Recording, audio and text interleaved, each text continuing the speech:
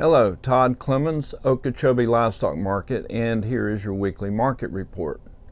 Well, the big news so far this week for the first 2.5 days is the cattle market futures dropped like a rock yesterday, and reports that I am reading is due to government shutdown possibilities. And the people I've talked to that have made comments about that here at Okeechobee Livestock Market, or maybe we would be better off if they did shut down.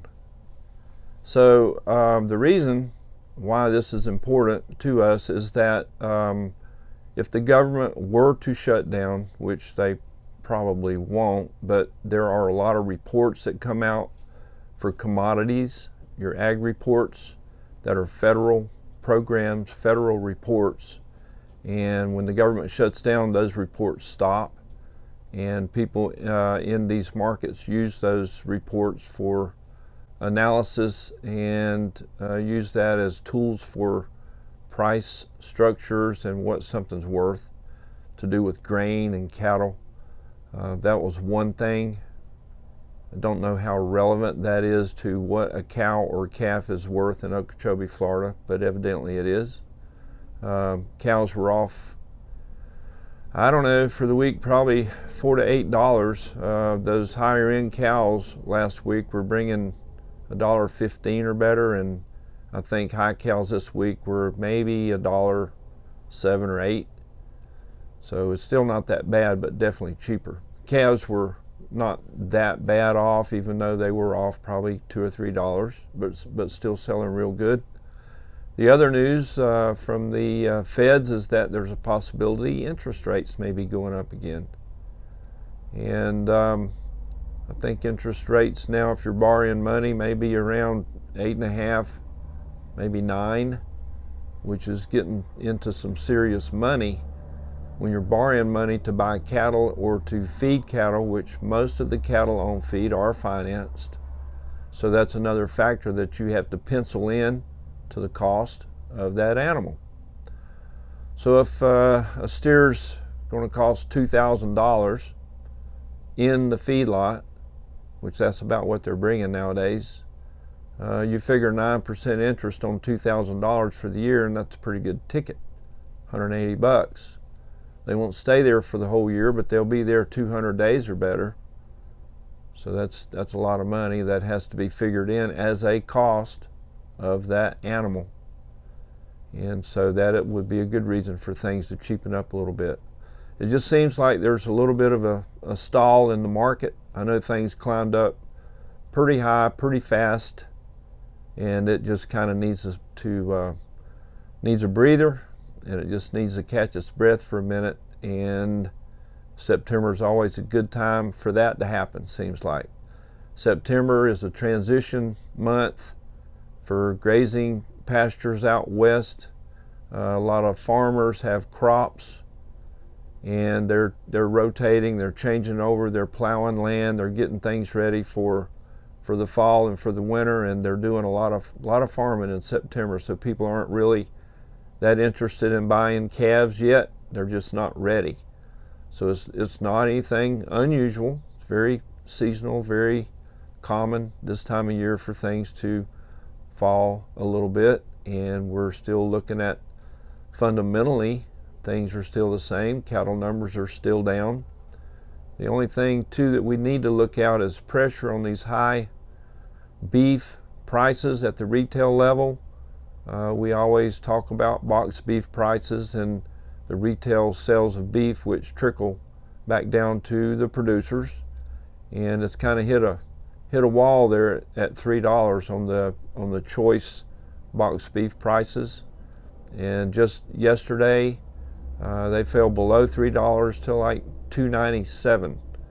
So it should bottom out somewhere along in here the next week or two, hopefully. And Q4 is just around the corner, and things should start picking up.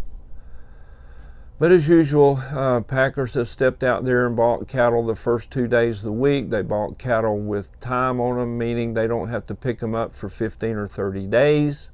So they have a little bit of a supply around them. and they're cutting back on the days they're killing. There are no more Saturday plants running, and they have slowed the chain speed down to just a slower rate, so they're not processing as many animals. So they're curbing the supply the best they can and trying to keep the price level up as high as they can so they can make more profit, which that's what good business is. You can't blame them for that. So there's still ways that this market can be controlled and manipulated by the Big Four.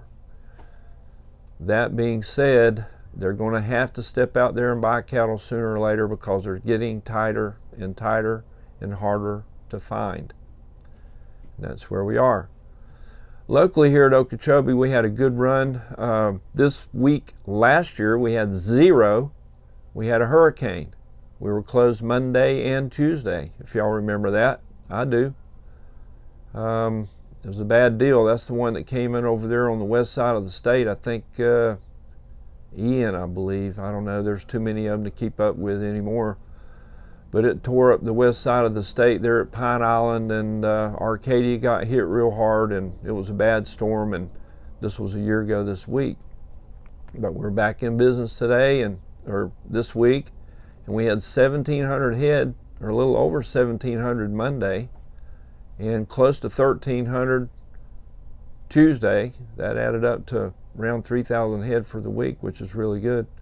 Cow numbers did fall off just a little bit, but still quite a few slaughter cows coming in, but it wasn't a 30% of the sale. I think it was more like probably 20%, which is more common, more normal.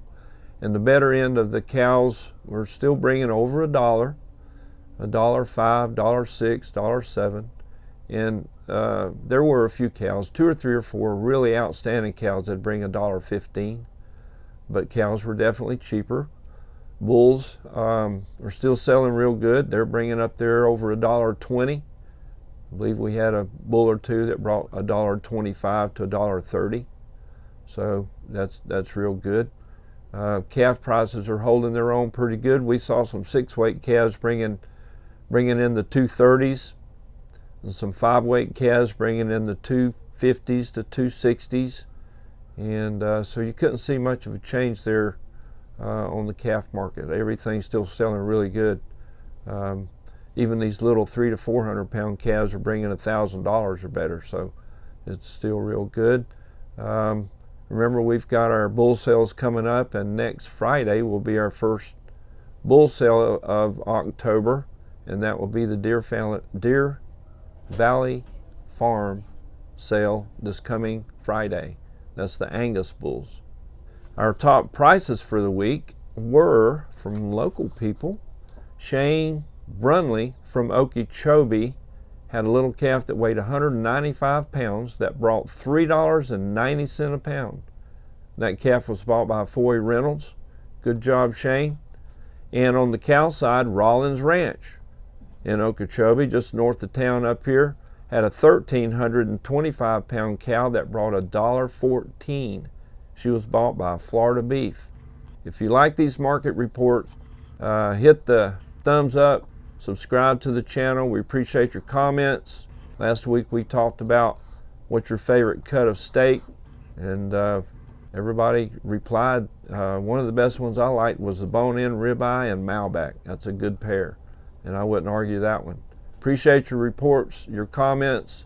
Like us, and we'll be back here next week with another report for you. We appreciate you. Thank you.